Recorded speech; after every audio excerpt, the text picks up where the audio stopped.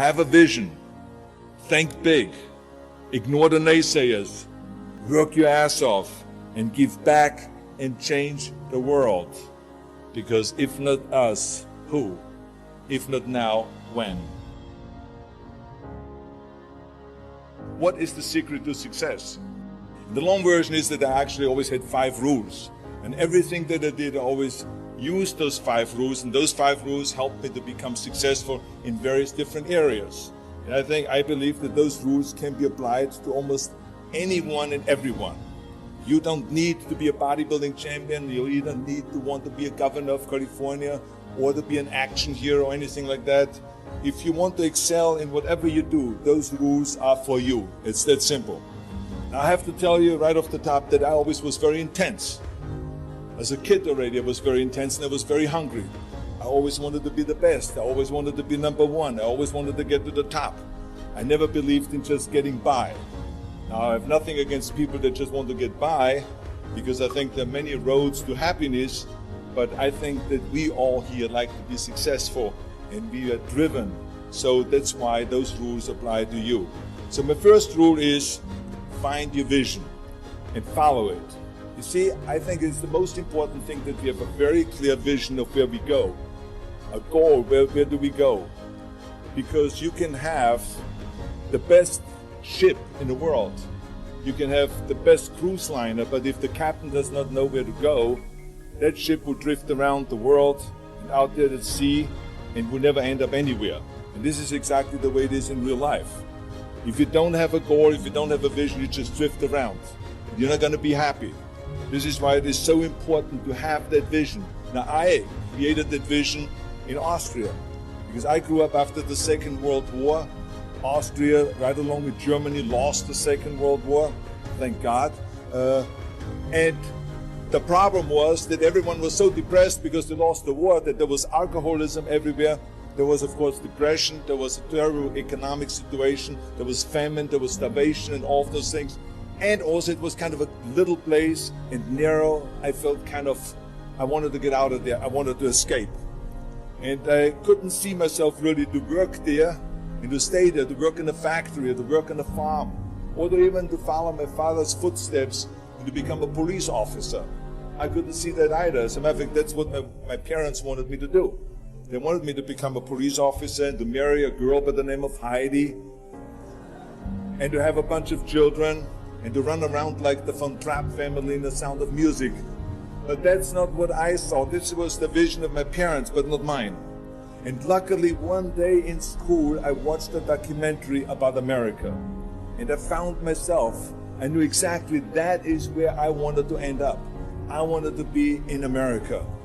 Everything that I saw in the documentary, I just loved. Everything was so big. I remember the tall skyscrapers, the monstrous bridges, the giant freeways filled with beautiful cars, the huge jetliners, movie stars, Muscle Beach, and all of those things. I could not wait to get there. The question was just, how do I get there? How do I get to America? I mean, this was not a common thing to do way back in the 50s. No one had the money to travel or anything. But one day I was fortunate enough to see a magazine. And that magazine showed me the path to America. And it was a bodybuilding magazine. And on the cover was this very muscular guy that was standing there like Hercules with a Hercules outfit. His name was Reg Park. This Reg Park was on that cover, and I remember the cover said, Mr. Universe becomes Hercules star. I read the article as fast as I could, learning about how he grew up in Leeds in England, poor, and how he trained 5 hours a day, every single day, and trained and lifted weights, and then he finally became Mr. Great Britain. And then he became Mr. Universe. And then he won a second Mr. Universe title and a third Mr. Universe title, and then all of a sudden he landed in Rome in Cinecittà doing Hercules movies. And there he made millions of dollars, and this money he took and bought himself a gymnasium chain in South Africa, and he became a successful gymnasium owner. And as I read, I became more and more certain about my own future. As I read this story, I was so excited, so interested. I knew exactly that I wanted to become another Reg Park. I know he laid out the blueprint for my life, basically. I could see myself, I could visualize myself clearly to be a champion on that same stage where he won the Mr. Universe, and then to move to America, then get into movies, and then become rich and famous. I had that vision very clearly laid out. I was so happy that I knew exactly where I was going. From that moment on, everything that I did, no matter how hard I had to work or how much I had to struggle, it didn't matter. It was a wonderful joyride because I knew what the purpose was and I found my passion. The simple truth is, if you don't have a vision, if you don't have a goal, if you don't see your future laid out in front of you, you're just floating around without a purpose. And I think that the numbers speak for themselves. This is why so many people around the world are unhappy with their jobs. I mean, in America, 74% of the people hate their job and would like to change jobs. Now think about that. That means that only a quarter of the Americans love their life's work. I mean, that is a very depressing statistic. I always smiled when I worked, no matter how hard I worked. I always had a great time, no matter what I did. It didn't matter if it was in bodybuilding, or if it was in the movies, or if it was as governor. I remember in the pumping iron days, people ask me in the gym all the time, why are you smiling all the time? Why are you so happy? You have to lift 50 tons of weights. You have to train 5 hours a day. I mean, I look at the other bodybuilders' faces and lifters' faces, and they look kind of depressing. They look sour. They're miserable that they have to lift weights. You don't look miserable, you look happy. And I tell them always, I say, I smile because I know exactly that every rep that I do, that every set that I do, every weight that I lift, I get one step closer to turning that vision of mine into reality and becoming that Mr. Universe. I could not wait to lift another 500 pounds in the squats. I could not wait to do another 1,000 sit-ups. I could not wait to do bench press, more bench press and more curls until I couldn't move my arms anymore. Because I knew that every rep got me closer to standing on that stage as a champion. As a matter of fact, when I lifted weights, I didn't really feel like I was lifting weights. I felt like I was lifting a trophy over my head each time I lifted. And to have all those bodybuilders around me and thousands of people screaming. And I tell you that this vision didn't just help me in bodybuilding, it helped me with everything, like I said. I remember in the movie business, there was many times stunts that I had to do where I got hurt, where I was in pain, in agony, and had to do it over and over again. I remember one incident specifically on Conan the Barbarian. There I was, crawling on all four, on rocks, over rocks and gravel, holding my sword right in front of me. And as I was crawling, the camera followed me. And it was around 30 feet that crawl on those rocks and this gravel. And eventually, after 10 takes, my elbows, my knees started bleeding and hurting. And the director came to me sheepishly and said to me, he says, do you mind if we do another take? I need a close-up of you. And I said to him, no, I don't mind at all. I said, go and do as many takes as you want. He says, no, I don't want to do that because I know you're in pain, you're bleeding. I said, no, I don't feel any pain. I said, the only thing I see is the finished scene. I see the finished scene of me crawling on all four with my sword in the front, crawling up and sneaking up behind Thulsa Doom, the main villain of the Conan movie that killed my parents, and rising up behind him and cutting his head off. That's what I see. Remember, crush your enemies, see them driven before you, and hear the lamentation of their women. So this is why, because I visualized that scene, this is why I did not feel that pain. I did not care if I was bleeding on my knees, because I knew that pain is temporary, but the film is permanent. And I explained that to the director, so this is why I try to tell you, always discover your vision, and the rest will follow. Now my second rule is never ever think small. If you're going to accomplish anything, you have to think big. You have to go and shoot for the stars. The biggest challenge most people have is because they think small. And the reason why people think small and why they choose small little goals is because they're afraid to fail. They know that if you shoot for a big goal, then the chances of failing are very high. And they're afraid of failing. It's one of the most common things why people are frozen and why they cannot make a move in life, because they're scared of failing. I say to myself, hey, I'm not worried about failing because that's part of life.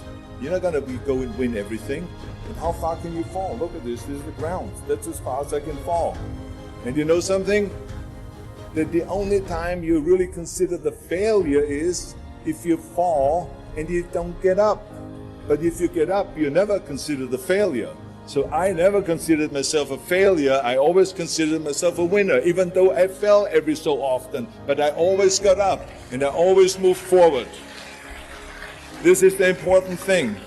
I never had any patience, of course, for thinking small, because in German we have a saying, wenn schon, denn schon. And that means that if you do something, then go all out and do it well. And this was not just the case in bodybuilding. I didn't just want to be a bodybuilding champion. I wanted to be the greatest bodybuilder of all times. I wanted to have the most muscle, the most muscle of all times, the most definition. I wanted to win the most trophies, the most world championship titles. I just wanted to be the best. And the same is also in movies. I didn't just think about being in movies. No, I wanted to be a movie star. I wanted to have above the title building. I wanted to become the highest paid entertainer. I basically wanted to be another John Wayne. What's wrong with that? And then the same is in politics. I didn't just want to go and be in politics and enter a race for city council. I mean, let's be honest. Does that sound right? Schwarzenegger, city council? No, come on. Not even Schwarzenegger and mayor. No, it had to be Schwarzenegger running for governor. But not just any governor, but governor of the greatest state in the United States, of California. That was the important thing. I give you an example of thinking big. When I became governor, I wanted to rebuild California's ancient infrastructure. You see, America has been living off infrastructure that was built in the 50s and 60s. And it drives me absolutely insane that America hasn't started rebuilding that infrastructure. I mean, we haven't invested in new roads or in new transit, or in schools, or in energy, or anything like that for decades.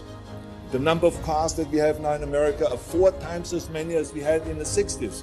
So therefore, we should be having 4 times as many freeways, 4 times as many tunnels, 4 times as many bridges and all this. But we don't. So this is why I wanted to get our act together and do the upgrading, at least in California. So when I talk about infrastructure, I didn't really want to just fix roads and fix and close some holes in the roads.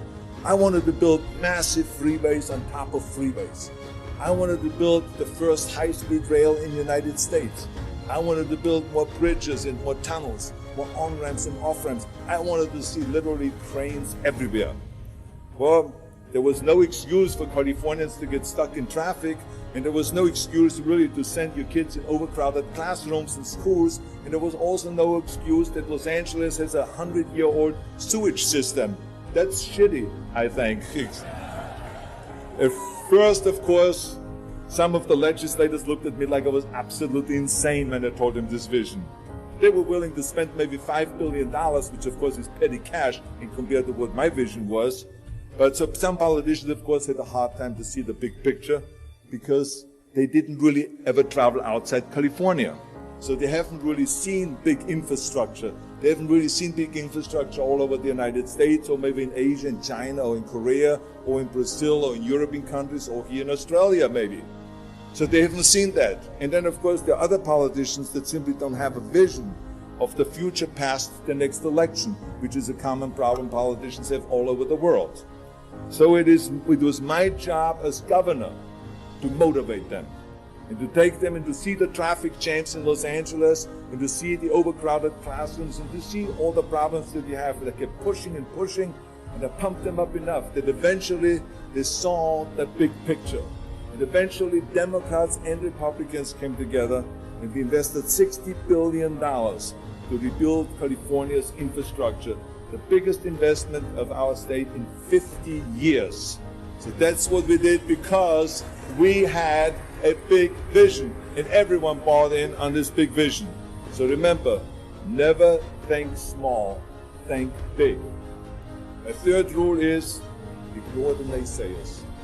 I think it is natural that when you have a big vision and big dreams and you have big goals, that people are going to say around you, I don't think it can be done. I think it's impossible. Or no. I tell you, I heard this all the time, but I want to tell you, don't ever let them stop you from dreaming and from shooting for the big goal.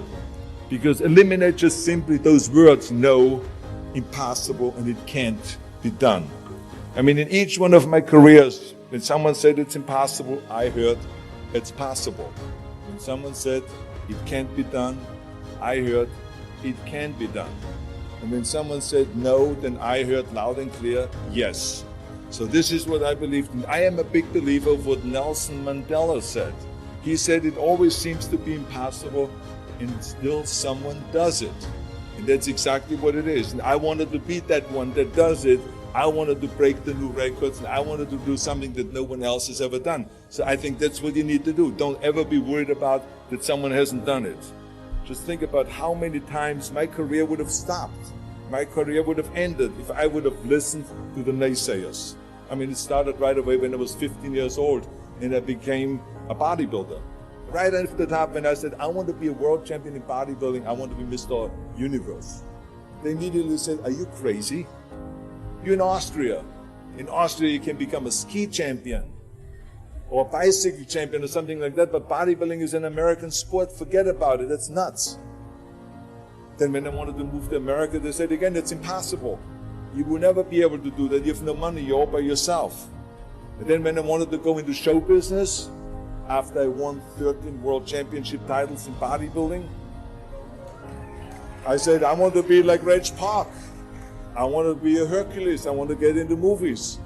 Well, I tell you, when I met those agents and managers and studio executives, their reaction was,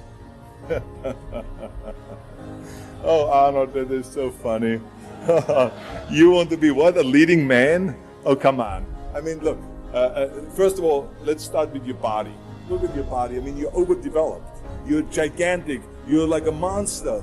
Are you kidding me? Do you know what the new thing, the new trend is? It's little guys like Dustin Hoffman, Al Pacino, Woody Allen. Those are the new sex symbols. Don't you get it? And then your accent, oh, it gives me the chills just listening to your German bullshit. Come on now. I mean, oh God. I mean, it's like, it's scary when you talk.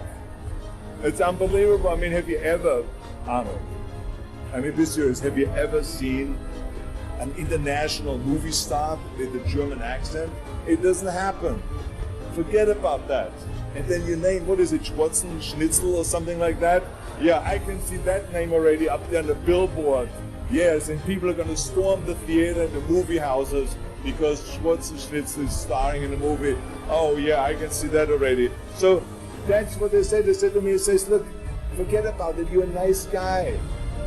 I mean, you're bodybuilding champion. Why don't you open a gymnasium or a health food store or something like that? We can help you with that. And then we get you on the side some little parts, like maybe playing a bouncer. I mean, with your body, perfect. Or maybe a wrestler. I have a good idea with your accent, a Nazi officer. Now that's really great for you. I call my buddies over at Hogan's Heroes. I mean, they would probably use someone like you. So that's what they said. Imagine that. Everywhere I turned, they said, no, it won't happen, it's not going to happen, and forget about it. Luckily, I did not listen. I did not listen because I knew if I worked hard enough, and if I worked as hard as I did in bodybuilding, 5-6 hours a day, that I will make it, that I could prove them wrong. And I started working very hard. I started taking acting classes, English classes, speech classes, dialogue classes, even accent removal classes. I ran around all day saying lines like, a fine wine grows on a vine. Because you see, we Austrians and Germans have a difficult time with the V and with the W and with the F, we get it all mixed up. So it was a fine wine grows on a vine. Or the sink is made out of zinc. And all those kind of lines. I said, oh, and you know something? All of a sudden, I got a little break. In the early 70s, I remember, all of a sudden, I got a TV show. A little part, then another little part. And then all of a sudden, I got a phone call from Lucille Ball. to be in her special happy anniversary and goodbye, which was with Art Carney. I had the 6-minute scene as an Italian masseur. Now, most people don't know the difference between an Italian accent and the German accent, so I got away with my German accent. But I played this Italian masseur and I was so delighted. And then right after that, I got a guest starring role in Streets of San Francisco with Michael Douglas and Carl Malden. And then Pumping On and Stay Hungry. And then, of course, I landed the big role of Conan the Barbarian. So finally, I got the big break. And you know what was so interesting about it was that as soon as we were finished with the Conan movie, we were out there on a promotion tour, and the director said at the press conference, the director is John Milius, he said, if we wouldn't have had Schwarzenegger with those muscles, we would have had to build one. Now think about that. Before it was this huge obstacle to have this body, and all of a sudden the director says, if we wouldn't have had Schwarzenegger with his body, we would have had to build one. Now what a turnaround. And then when I did Terminator, James Cameron said, which was really great, he said the I'll be back line became one of the most famous movie lines in history because of Arnold's crazy accent, because he sounded like a machine when he talks. So as you see, everything that the naysayers said was a liability became an asset. And the same was also in my political career. When I ran for governor, they immediately said, I shouldn't do it, it is a big mistake, it won't happen, I will lose, and all of those kind of things. And the rest, of course, is history. The bottom line is, if I would have listened to the naysayers, my career would have ended when I was 15 years old. I would be still yodeling in Austria, in the Alps, and I would not be talking here today to you. And the reason why I'm here today and talking to you is because I did not listen to you can't, or it's impossible, or no. So I just recommend to you very strongly, ignore the naysayers.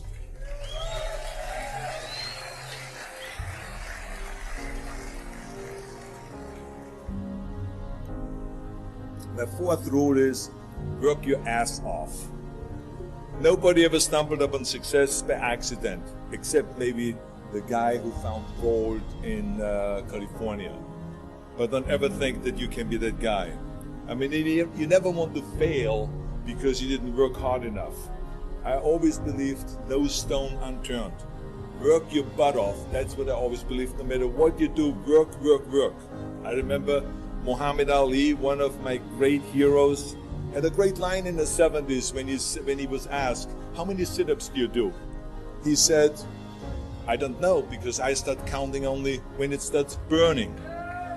When it starts burning, that's when it starts counting. You see, that's what makes you a champion. It doesn't matter in what area you're in.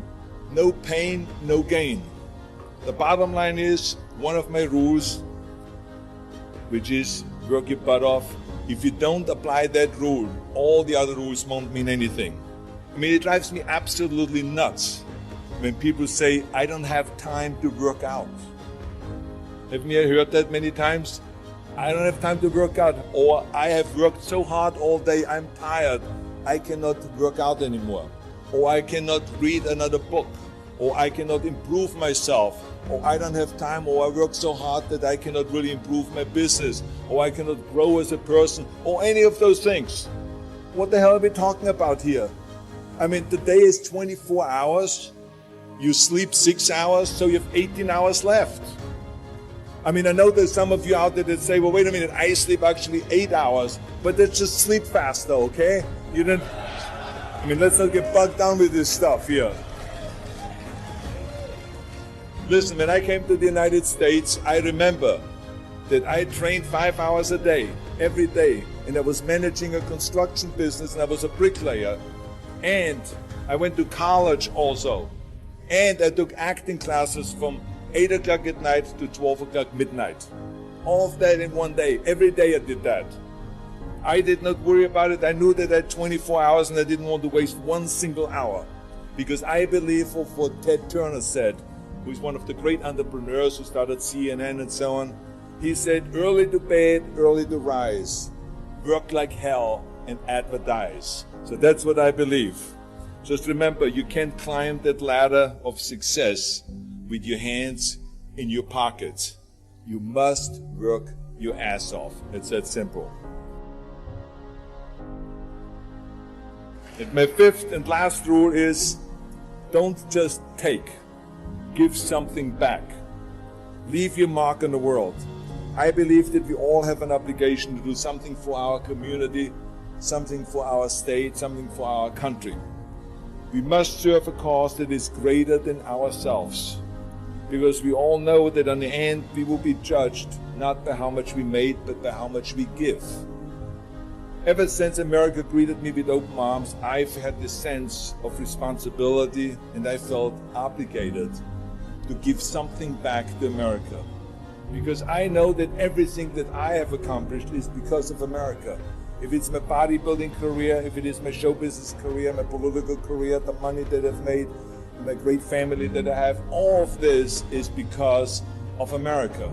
But I have to recognize the fact that America did not become the land of opportunity in this great country by itself. No, in history, people worked tirelessly in America. People fought and people died to make it the land of freedom and opportunity and the land of liberty. So now it is our responsibility, if we want to keep it the #1 country in the world, to work for that and to give something back to that country. And it doesn't matter if you're in America, or if you're in Australia, or if you're in China, or if you're in Japan, or in Italy. It is the same thing. You all have to give something back to your country, no matter where you're from. I love the words of my father-in-law, Sergeant Schreiber, who started the Peace Corps, the Job Corps, legal aid to the poor during the Kennedy and during the Johnson administration. He was the #1 public servant, and he always inspired me to become a public servant. He was one of my heroes. He said at Yale University at a commencement speech, he said to the students, tear down that mirror. Tear down that mirror that makes you always look at yourself. And you will be able to look beyond that mirror, and you will see the millions and millions of people that need your help. And I saw those millions and millions of people. And this is why I tried to take every opportunity that I could to give something back. I started training Special Olympians, people that were intellectually handicapped, to help them with weightlifting and powerlifting. I became the international powerlifting coach and the torchbearer for Special Olympics. Then later on, I joined the Simon Wiesenthal Center to fight prejudice, so we don't have the things happening again as we had during the Second World War, during the Nazi Reich. And I joined also the President's Council on Fitness. I became the chairman under President Bush from 1990 to 1993. To be the chairman and to promote health and fitness in all 50 states. I traveled all 50 states. I started after-school programs for the most vulnerable children, for inner-city children, to make them be able to say no to drugs, no to gangs, and no to violence, and to say yes to education and yes to life. And every single time I reached out and I gave something back, I felt fantastic. Nothing made me happier. I would rather play chess with an 8-year-old kid in an after-school program or play golf, a round of golf with a Special Olympian, than go down another red carpet of a movie premiere. And I have nothing against movies, but to give something back to me is more important than just to think about myself. Eventually, the joy of giving back was so great that I decided to become a public servant full-time and to turn my back, actually walk away from my career as an actor. After I finished promoting Terminator 3, I jumped into the race, into the governor's race in California, and I ran for governor. And even though my friends advised me not to do that, they said, "Are you crazy, Arnold? Don't you understand that you would lose now this $20–30 million a movie that you're getting paid? And they will only pay you $178,000 as governor a year?" Well, I didn't care, because I knew that all the money that I've made and to be in that position in the first place to make this money is because of America. It was time to give something back. So I became governor, and I didn't even take the $178,000. I gave it back to the taxpayers because it was petty cash. It's the last thing I needed. And I can tell you that those 7 years were the most exciting and the most rewarding and the most gratifying years of my life. To work all day long, to solve problems and to serve the people was absolutely heaven. It was the best job I've ever had. But I also knew that eventually it's going to come to an end. And after 2 terms, it did come to an end. But when it came to an end, the one thing that didn't come to an end and was not finished was my desire to be a public servant and to serve the people. And this is why I continued to work for Special Olympics. That's why I continued to work on fighting my fitness crusade and traveling around the world to promote health and fitness. And this is why I continued to support after-school programs, and we even started the Schwarzenegger Institute at the University of Southern California to continue to inspire students and leaders around the world to find solutions to complicated issues and to give back and to make the world a better place. So thank you. But I tell you that I was very fortunate that I had great heroes. I had great heroes that I could look up to, and I mentioned 2 of them, Muhammad Ali and Sergeant Shriver, my father-in-law. But there's other great heroes like Gorbachev, Reagan, Mandela, great leaders like Mother Teresa, Chancellor Kohl, and Churchill, and the list goes on and on. I mean, those people had such an impact on the world. Single-handedly, they've changed the world. I mean, if you think about just Gorbachev, I mean, this man, every time I meet him, I'm in awe. I mean, he grew up under communism, and he rose from the bottom of the ranks straight up to the top.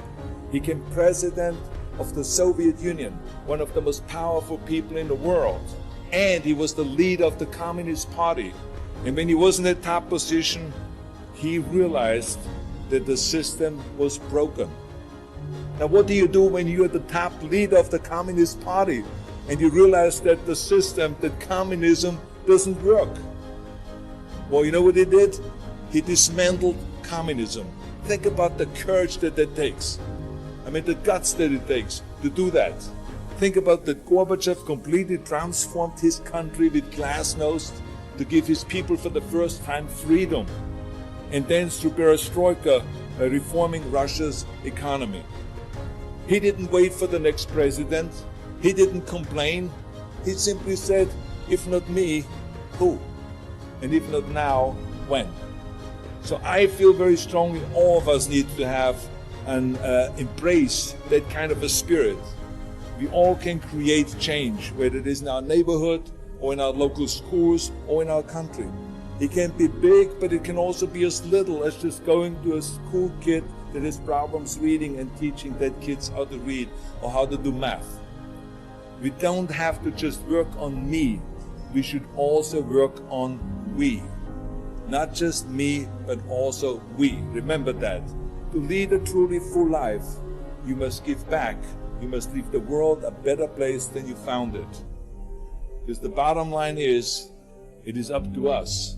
I mean, those rules that I've given you are important rules, but giving back is one of the most important rules. I guarantee you that if you follow all of those rules, you will have many victories to celebrate. You will leave, your work, and you will have extraordinary kind of a record, and you will leave a legacy behind that you can be proud of. So I want you to remember those rules. Have a vision. Think big. Ignore the naysayers. Work your ass off and give back and change the world. Because if not us, who? If not now, when?